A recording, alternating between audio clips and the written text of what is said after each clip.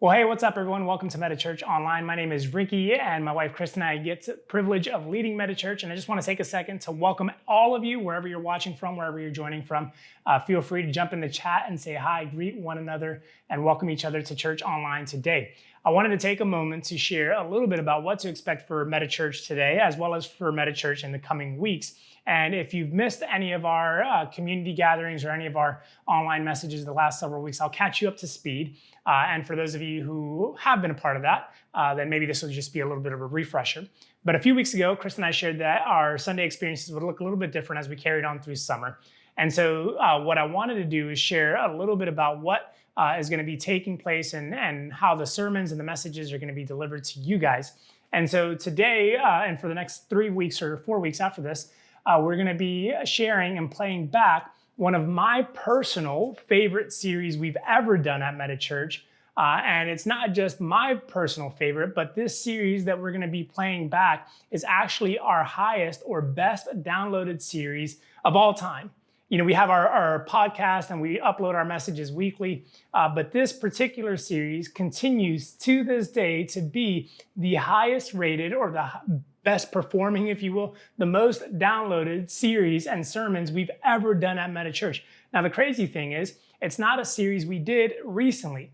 In fact, when we did this series and when we first uploaded these messages, it was in November of 2018, so well over a year and a half ago, now coming up on almost 2 years. And the series is titled Reach. And for those of you who were around back then, and let's be honest, there was only like 15 people, so not many of us. You might vaguely remember this series, but it was a series on the life of Joseph, a series on pursuing the destiny and the calling that God has placed on our lives and that God has kind of entrusted to you.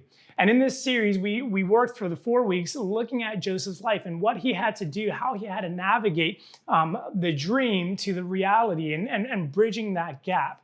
And kind of funny situation about this, but when we first uploaded this series, when we first shared it to our podcast, within a matter of weeks, there were several hundred downloads. And listen, I'm not kidding. We only had like 15 or 16 people at Meta Church at the time.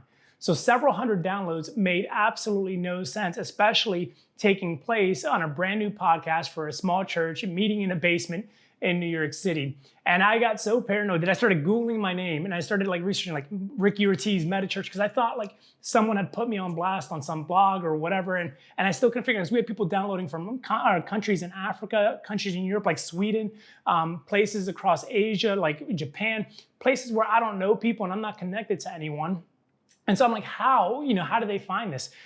Who's listening? Who's downloading? Countries like Togo and West Africa. And I'm like, where are these people getting this from? And I couldn't find anything, so that's the good news. But to this day, it just continues to be something that is repeatedly downloaded. And maybe I tagged it right, I'm not really sure. But I think the reason why is because this message and this series concept is something we all can relate to. The idea of reaching. The idea of trying to obtain, of trying to attain the calling and the dreams that we believe God has given to us is something we all can relate to. It's something we all experience. It's something we all get frustrated by or discouraged by when it's not happening or when it's not happening in the time frame that we've allotted or the time frame that we envisioned. And yet we're left to wonder, how do we reach that? How do we reach that moment or that place in our lives? And that's exactly what the Bible character Joseph experienced in his life. And so during this series, what we're going to learn and what we're going to receive are messages that are going to inspire you in your faith, but they're also going to be practical and they're going to be relevant to where you're at and how you can build on that and how you can actually move toward the calling and the destiny that God has given to you. So I'm excited to share these messages with you. I'm excited for us to revisit them. And I'm excited that now we get to replay something. And though it's kind of spanned the globe, so to speak, it's fun to kind of revisit these things and come back to these messages and see what God wants to re-speak into our lives. So I hope you'll join us, not just today, but in the coming weeks. I hope you'll share these messages. Feel free, in fact, to share this experience right now. But I hope you'll share these messages in the coming weeks. I hope you'll text them to someone or invite them to watch with you, because it's so relevant and so necessary. And like I said, for me personally, it's one of my favorite series I've ever preached, not just at MetaChurch, but anywhere that I've been a part of. And so I'm excited for that. I want to take a moment to pray for us, to pray for church today and pray for church in the coming weeks. And then we'll jump right into the message. So if you would, bow your heads, close your eyes, and join me in prayer. Father, today we come to you, Lord, grateful for the use and the leverage of technology to be able to revisit something like this, to revisit sermons and messages, Lord, that aren't just relevant in November of 2018, but they're relevant today in July of 2020. And so, God, I pray that you would use these messages over the course of today and over the course of the coming weeks to speak hope and vision and purpose into each of our lives. I pray that, like Joseph, we wouldn't give up on the dreams, Lord, but regardless of the trials, of the tribulations, of the struggles and the tensions we face, Lord, that we would persevere in faith and with patience to obtain the crown that you've called us to. So, Lord, today, may you bless our service, and may your voice, may your presence, and may your spirit be with us. In Jesus' name I pray, amen. We're beginning a new series today called Reach. And this series was actually inspired and kind of birthed out of the way we live our lives. To reach is to attain something, it's to pursue something, it's to grab hold of something that was once distant or removed.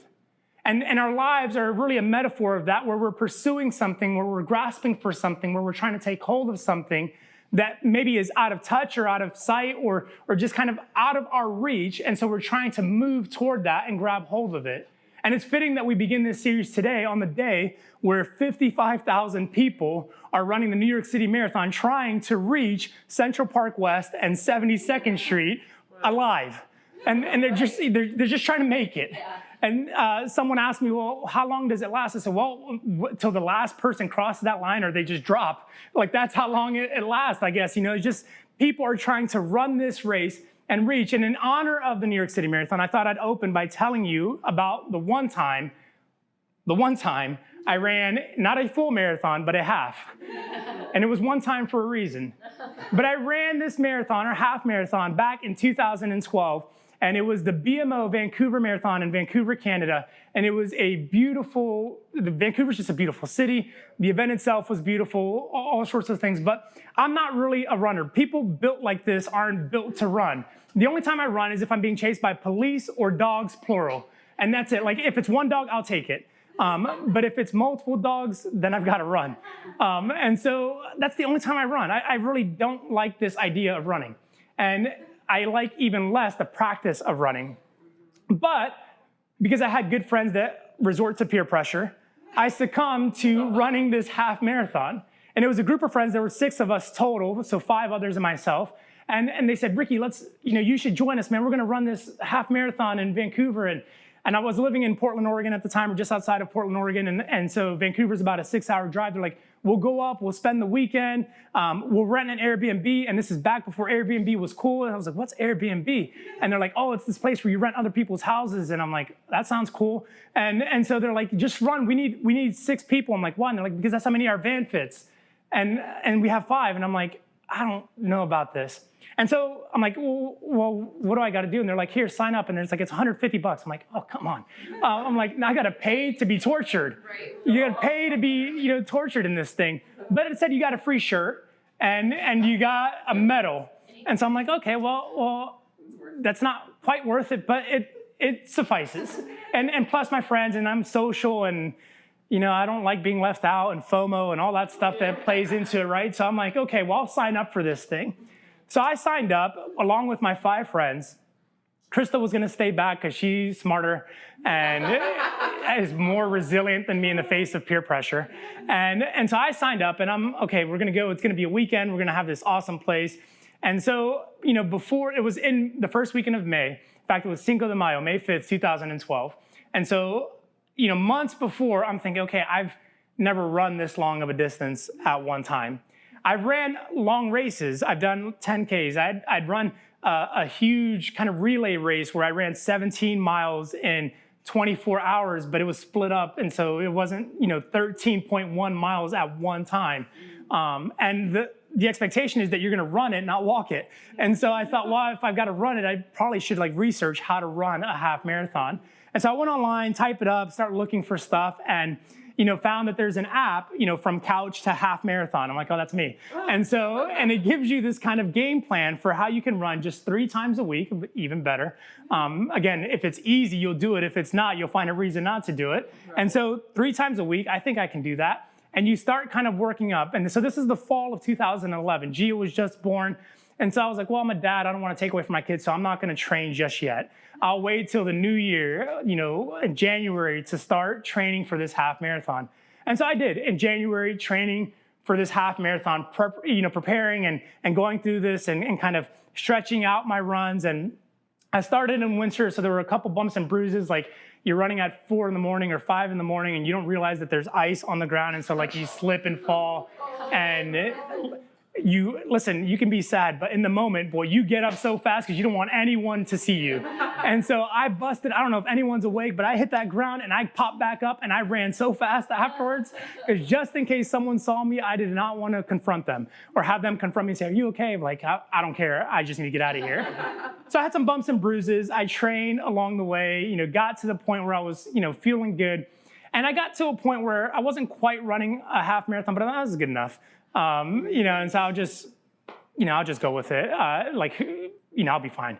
And so we get to Vancouver, beautiful weekend. It's gorgeous. We're hanging out in the city, doing all the fun things. Then Sunday morning comes, the day of the race.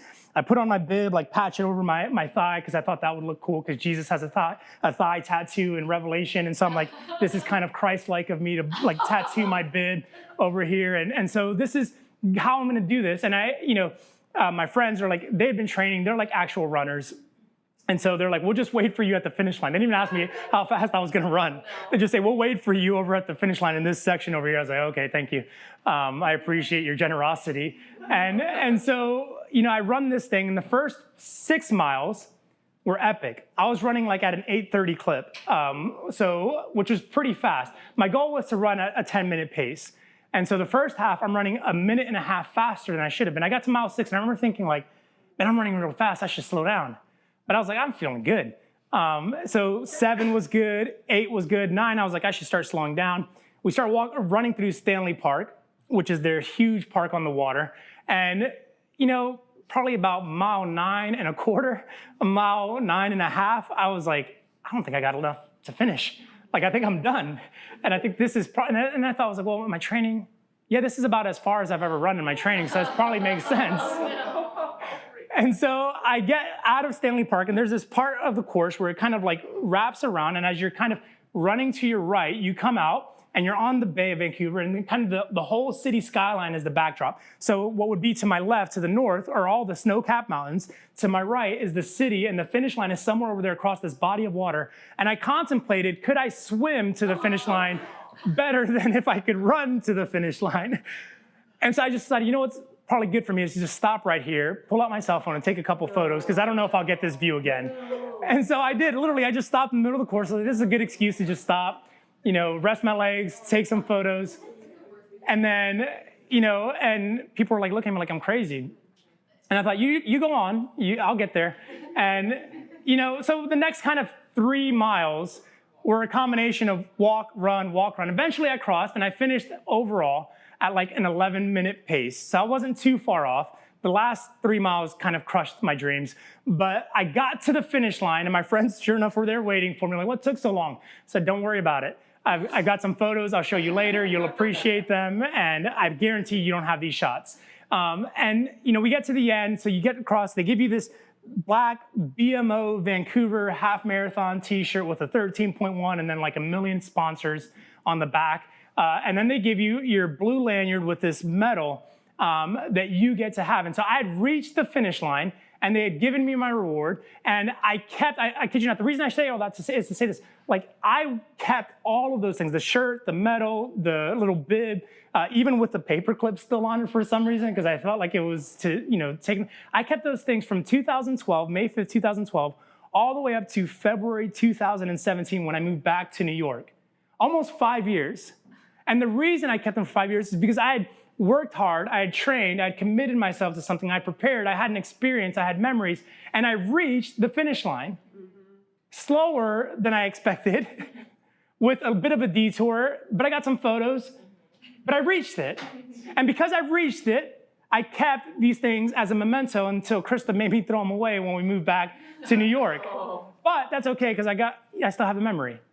But the point of this is that I think that's the way we live our lives, isn't it? Is that we have something in mind, and we see it, and we think, okay, well, I don't know if I should do this, but someone's pressuring me to do this, so I'll go for it. Or I want to do this, and so I'm going to aim for it. I'm going to pursue this. And as we go for it, as we pursue it, as we aim for it, we prepare, we research, we find out information, we work hard at something, we run the course. Maybe there's some hiccups along the way where you slip and fall on black ice. Maybe there's some trouble where you just say, you know what, I'm kind of tired, so I'm going to take a debrief here, and I'm going to break and take some photos along the way so I can remember the experience.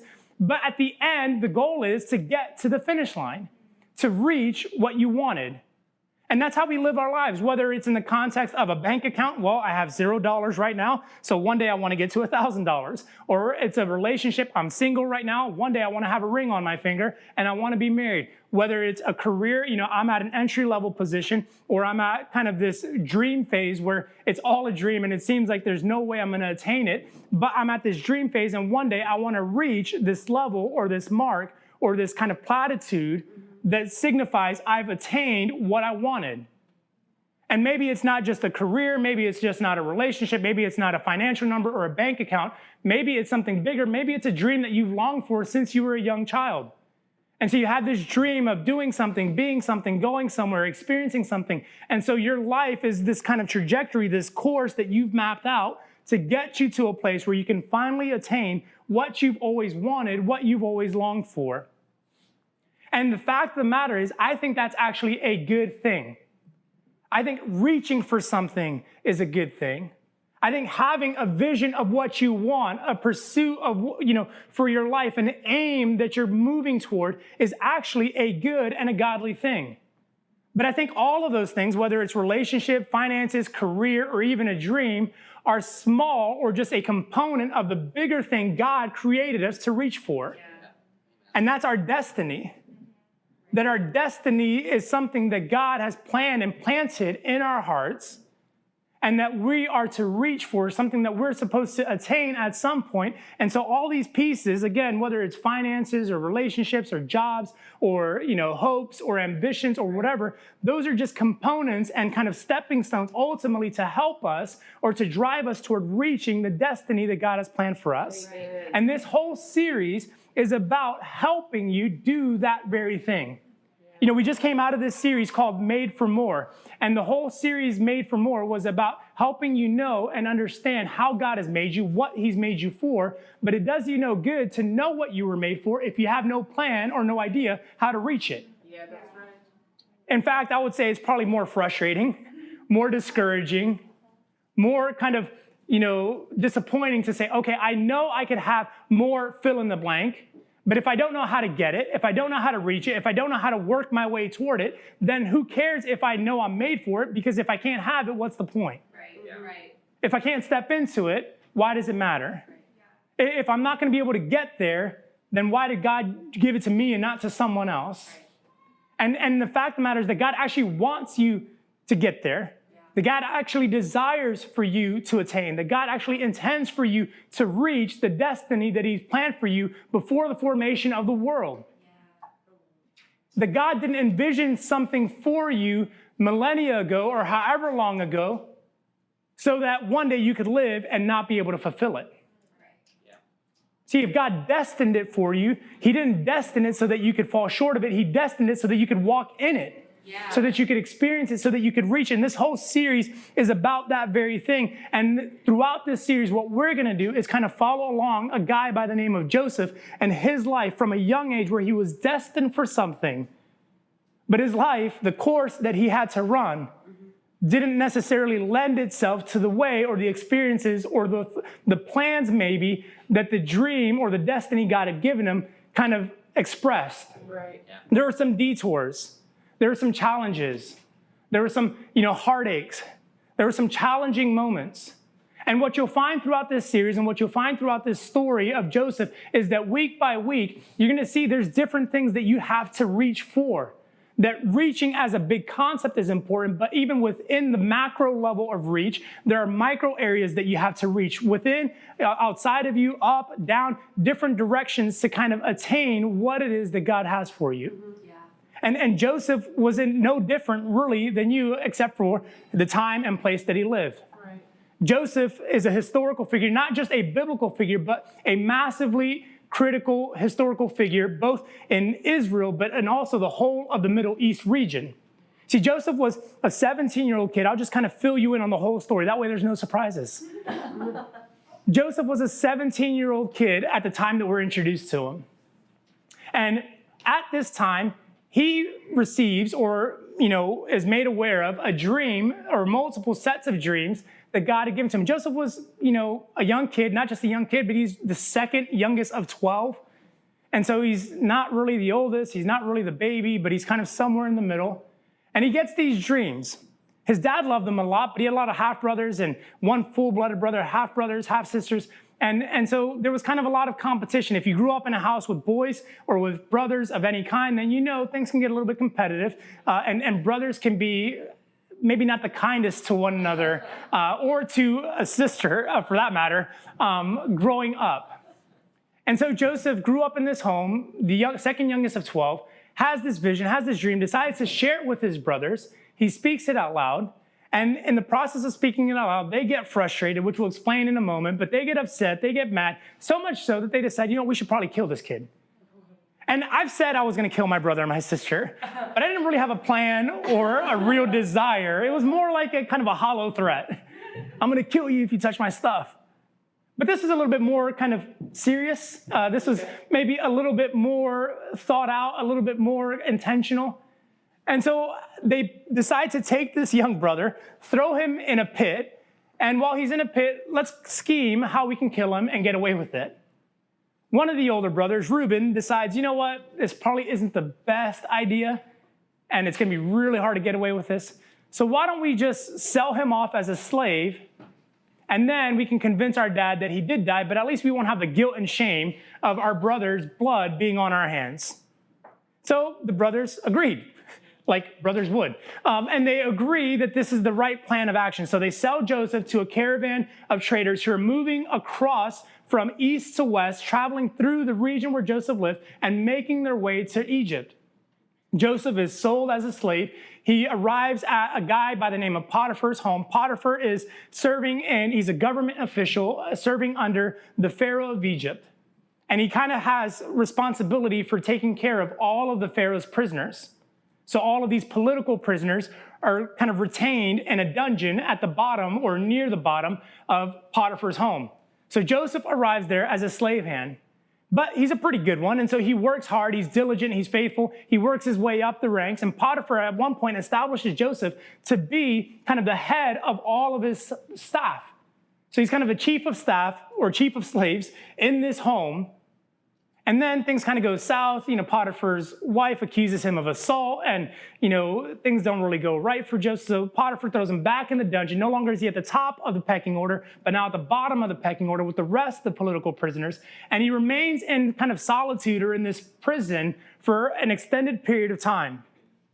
Eventually, he meets two other prisoners who are political prisoners of the Pharaoh, a cupbearer and then a baker. And these guys are thrown in prison. They have these weird dreams. And Joseph has the ability to interpret dreams like he did when he was a teenager, but now he's in his late 20s. And he has this ability and a gift. And so he shares their interpretation with the dream. And then the one request, when they come to him, the one request he has is, when you get out, please don't forget about me.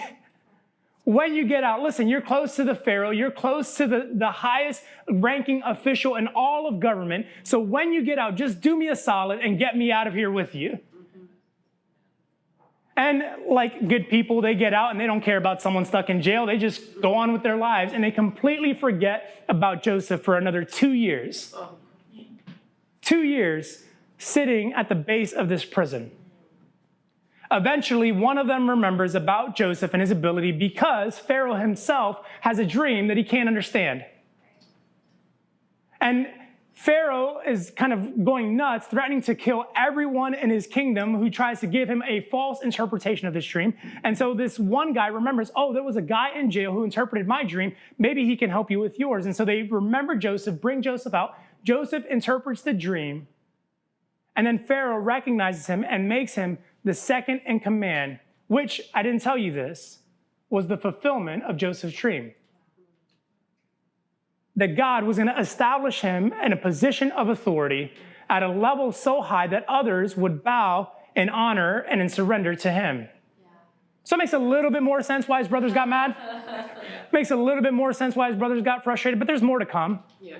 But this isn't the end of Joseph's story. Though he reached the destiny, there was still more to come, because now he's confronted with the reality of a famine that's taking place, which is part of Pharaoh's dream. He has this kind of whole responsibility of managing the government resources, food, water, animals, trade, and kind of doing this for the course of the next really 14, 15 years.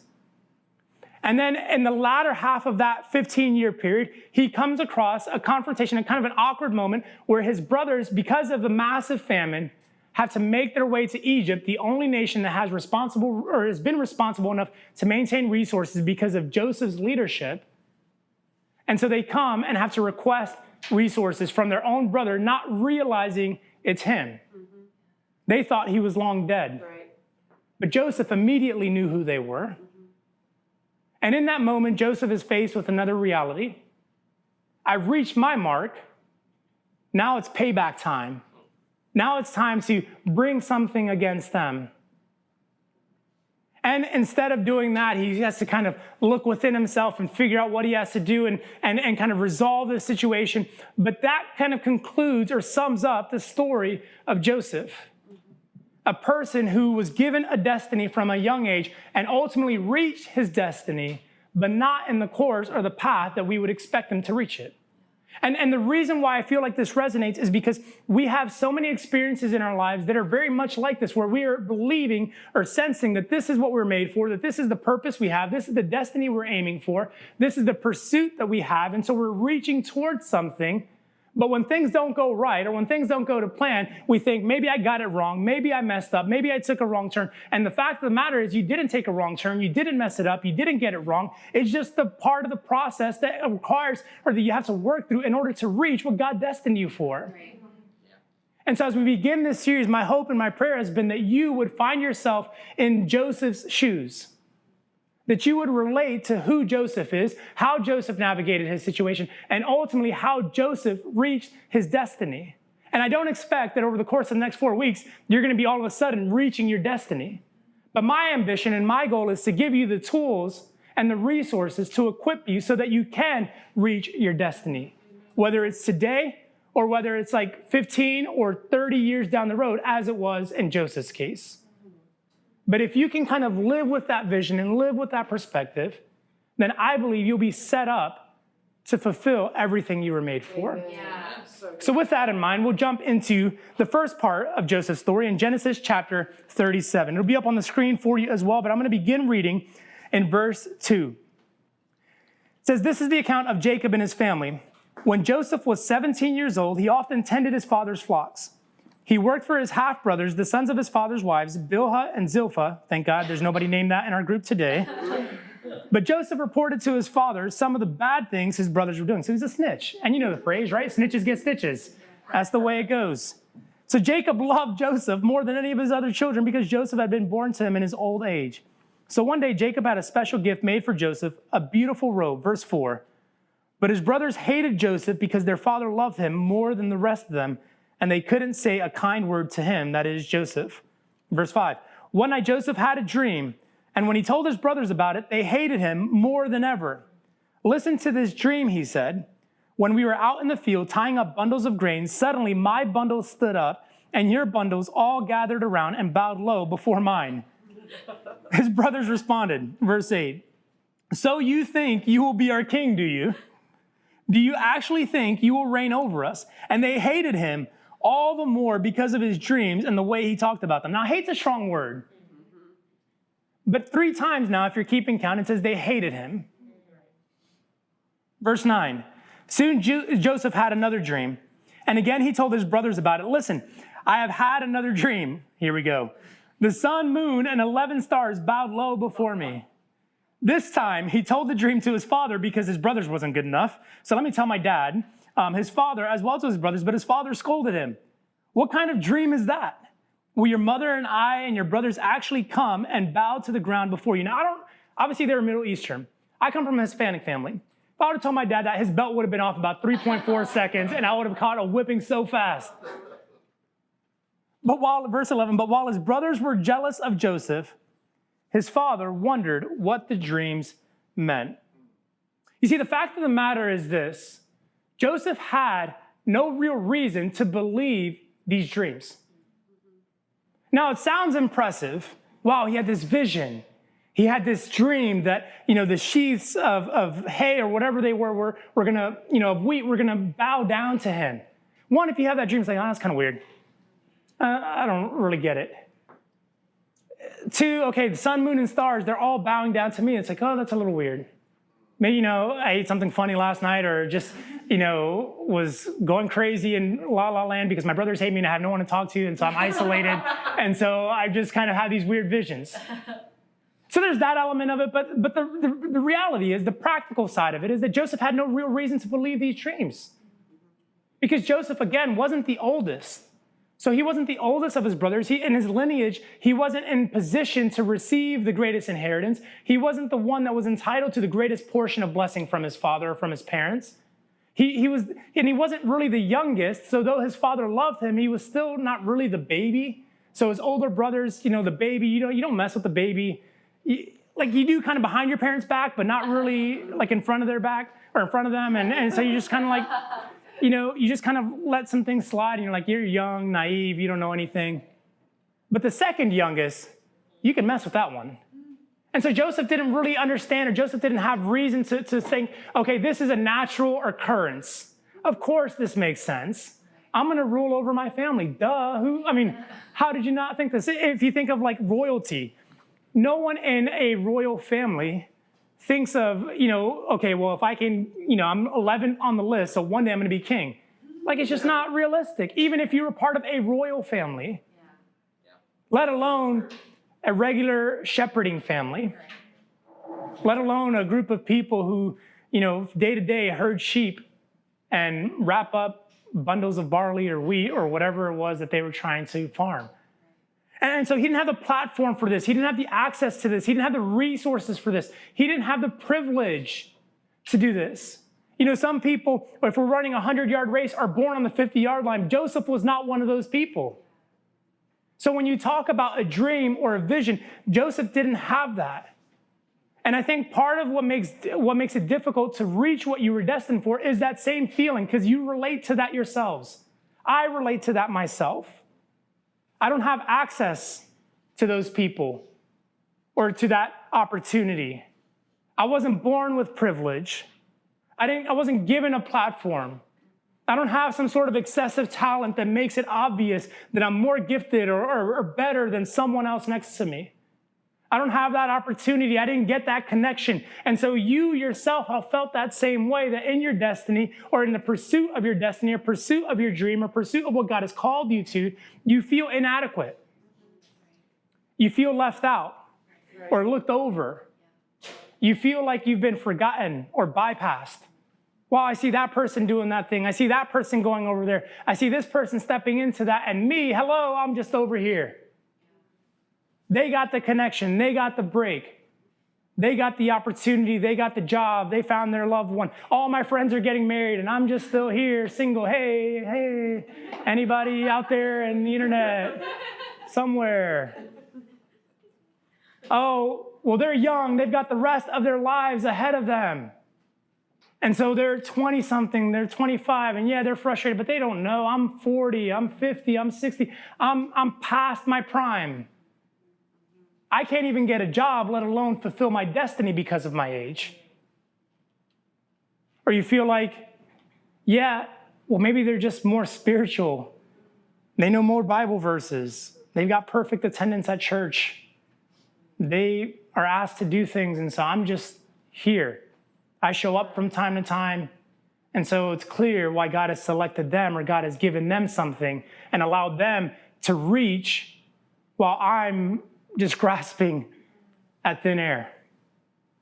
And I think if you were honest with yourself, and if we were honest with one another and the person sitting next to you, you would find yourselves relating to that feeling more than you would have, oh yeah, I've got great dreams and I'm going to achieve them. I've got great purpose and I'm going to accomplish it.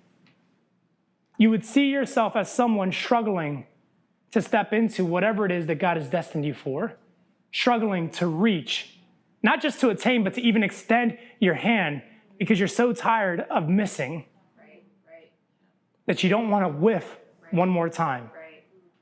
But God has something more for you, just like Joseph. God has destiny for you, just like Joseph. God is doing everything he can to actually reach you. God is working overtime to try to get your attention. And I love that God doesn't stop trying even when we do. That God doesn't give up when we feel like we've missed it. That God doesn't stop pursuing us. That God doesn't stop trying to reach us when we feel like we've got nothing to reach for because everyone else has grabbed it already. Yeah, it's so good. That God isn't concerned about where you come from. God isn't concerned about your family history. God isn't concerned about your schooling or your privileges or your lack thereof or your opportunities, whatever, because God is only concerned about you and your destiny and helping you reach it. So he's going to work to reach you first. Come on. And I can't help but wonder, given Joseph's circumstances, how many times did God try to reach Joseph? How many times did God try to get a hold of him? How many times did God have to communicate something? What was it that God was speaking and Joseph was suppressing? What was it that God was trying to communicate? Have you ever found yourself trying to get a hold of someone for an extended period of time? Yeah. And to no avail? Yeah. Marriage. And so, I know. Krista would give an amen if she were in here. You know, I used to work for Citigroup, and I worked in their collections department, credit card collections. But it wasn't just credit card collections, it was late stage credit card collections. So people who were 4 to 6 months behind on their payments. And the reason I'm phoning them, the reason I'm calling them is because for the first 3 months, they didn't answer anyone. So we were trying to reach these people, and it wasn't just trying to reach them legally, federally, we were allowed to call them 6 times in a day. So long as we didn't leave a voicemail at any point until the 6th time. If you left a message, then you couldn't call them back. But if you didn't leave a message, you could call them up to 6 times. So because credit card companies want their money, we were instructed, do not leave a message until it's the 6th time. And you could call them every single day, 7 days a week. So by the time we got to the 4th month, for the previous 90 days, we had tried to reach them 540 times, up to 540 times. Now, thankfully, no one's saying, oh yeah, I know. So that's a good thing. I like that. But for 6 months, we're trying to reach someone and they're not answering. Right. And we'd finally get a hold of someone and be like, oh my gosh, I would do 600 calls in a day and have 8 or 10 conversations. Wow. But we reached them, or we would try to reach them. And sometimes I wonder if that's how it feels like from God's end, trying to get a hold of us. Wow. So good. Yeah. Wow. That if he's working to reach us, and he's dialing us 6 times a day, and you know what? God isn't restricted by federal guidelines, so he can leave messages. So he's sending everything. Yeah. He's freaking flying planes across the sky with a message. And he's working to try to reach us. And I wonder that if the hang up, if the issue isn't that God is trying to reach us or that God's not reaching us, it's that we're not listening, that we're not responding, that we're not believing what God has for us. Because in order for us to reach God's purpose for our lives, God has to first reach us. If we're ever going to reach the destiny, the place, if we're ever going to attain what it is God created us for, it's going to first require that God reaches us. You know, we're so quick sometimes to get ahead of ourselves, aren't we? You think, okay, well, I think that's what I'm made for. I think that's the destiny. I know that's what I'm called into. I know that's what God has planned for me. So I'm just going to run ahead and I don't need any instructions. I'm just going to get there. And this is me. Like, I just think of, from a personality standpoint, if someone says, okay, here's a river and we got to get to the other side, we got to build a bridge. I just run ahead and start building a bridge. And I don't ask about, well, how big does the bridge got to be? How many people are crossing this bridge? What type of bridge do you want? I just start trying to build a bridge. Right. Yep. And God's like, whoa, like, I didn't even want the bridge there. I never asked you to build a bridge. I just said, we need a bridge.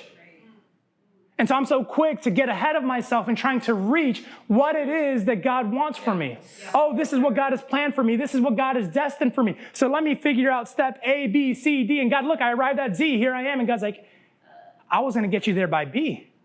Yeah, that's good, Ricky. Mm-hmm. I was going to set this up for you. Yeah.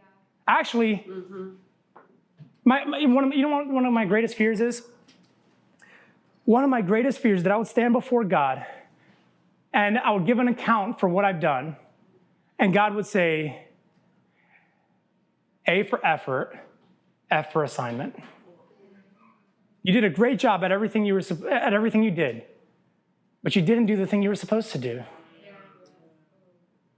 And the reason that would be the case for me is because I've gone ahead of God and trying to reach something without allowing God to first reach me. Amen. That's good. Wow. But some of us are not like me. Some of us are the other side, where we're so good at denying and minimizing what God is trying to say to us.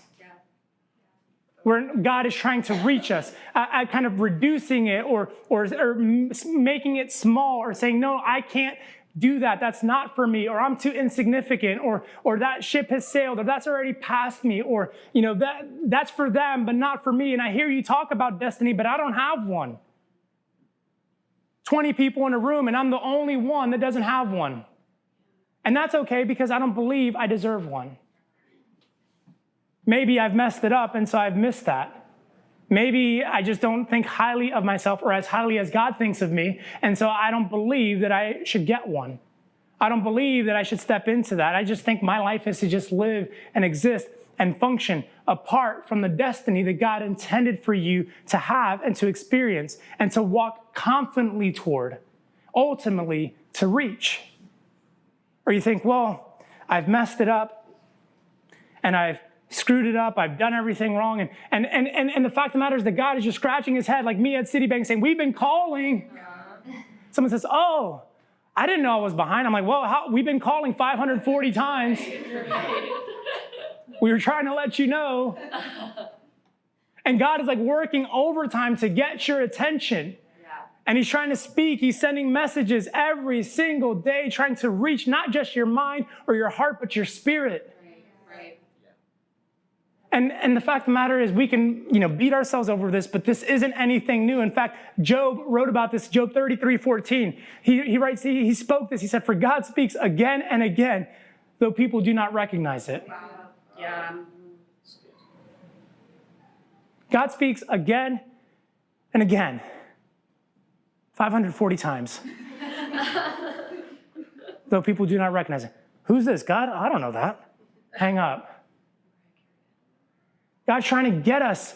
He's trying to reach us. He's trying to connect with us. He's trying to speak to us. Forget us. He's trying to speak to you.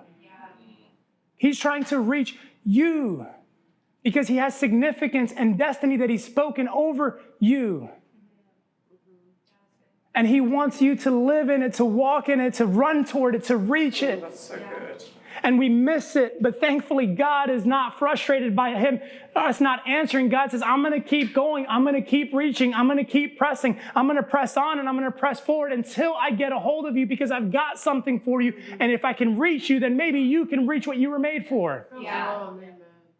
And so you've got to understand that when we read Joseph, it's this epic story of a dream and wow, that's huge. But again, this was not something that in the first instant, Joseph responded to. It would have been so out of the norm, out of the custom for Joseph to declare this dream the first moment he received it. Because I look at Joseph and I've got to wonder, when he's 17, how long was God trying to get a hold of him? How long was God trying to speak to him? How many times did Joseph deny or reduce or say, no, you got it wrong? Or I can't believe that because even my brothers don't like me, let alone bow down to honor me. They can't even say a nice thing about me. The scripture says that they can't even speak a kind word to me. And now you're talking about honor? God, there's no way. Not just that, but you again, I can't kind of overplay this, but you have to understand ancient Middle Eastern culture and customs, where lineage and birth order and rights were assigned and ascribed from oldest to youngest. So Joseph, the 11th of 12, was so far down the totem pole of inheritance, so far down the order, the pecking order of privilege, of responsibility, not just globally, but regionally, but within his own family. And so for him to receive this message from God, maybe God spoke it to him in a dream before. Maybe God spoke it to him in a whisper. Maybe God spoke it to him in a prayer. Maybe God spoke it to him in a circumstance. I don't know how many times or how many ways God tried getting a hold of him and God tried reaching him, but God was working overtime to connect with him. And so finally, Joseph understands in this dream, oh, this is God. But it would have been so rude, so out of custom, so dishonoring to his brothers and his parents to speak that dream with confidence, which is why his brothers got angry. Yeah. Which is why his brothers got upset and wanted to take action on it, so much so that they were willing to kill him or sell him off, because it wasn't normal for a younger brother or a younger sibling or the second youngest to say, I'm going to be honoring over you, and you're going to pay me honor. It was so dishonoring that the only option for them was, we got to get rid of this guy. He's not just defied us, but he's defied and disrespected our parents, our lineage, our traditions, our customs. And so Joseph, probably out of fear and worry, was just caught up in this and said, there's no way this can be true. There's no way I'm cut out for this, God. There's no way I'll ever reach that. But God, I love this, and I don't want you to miss this. Because God spoke to Joseph in a way where Joseph couldn't deny that it was God. Yeah. He spoke to him in the privacy of his dreams, where his brothers couldn't quiet it, where his parents couldn't deny it. And he didn't just do it once, he did it twice. Once to reveal it, twice to affirm it. And it was in a moment, in a space where only Joseph would know, this is the voice of God. This is God speaking into me. And I'm here to tell you today that God wants to do the same thing for you.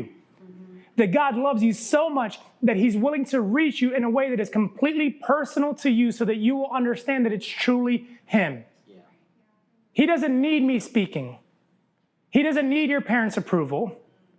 He doesn't need someone else's signature to sign off on paperwork, or to accept what you're capable of doing, or to recognize you in a competition or in a talent show or in some sort of career platform. God doesn't need anyone else's assurance, approval, or recognition, because God will speak to you in a way that's so personal to you, where all you can think of is that was clearly and obviously God. Right. That's good. Because only God could speak to me in the intimacy of that moment. Yeah. Only God would know me well enough to share that and to reveal that to me in that way. And it's exactly what God does. And God is working, listen, to reach you in this way. God is capable of doing. He's not just capable of doing, but that's what he's doing even in this moment. He wants to speak into your circumstance. He wants to clarify your path. He wants to provide vision for your future. He wants to give you a clear target of what you're aiming for, so that when you reach, you're not just grasping at thin air. You're not whiffing once again, but you're actually attaining something and taking hold of something. But it starts with God first reaching you. Yeah. That's good. Come on.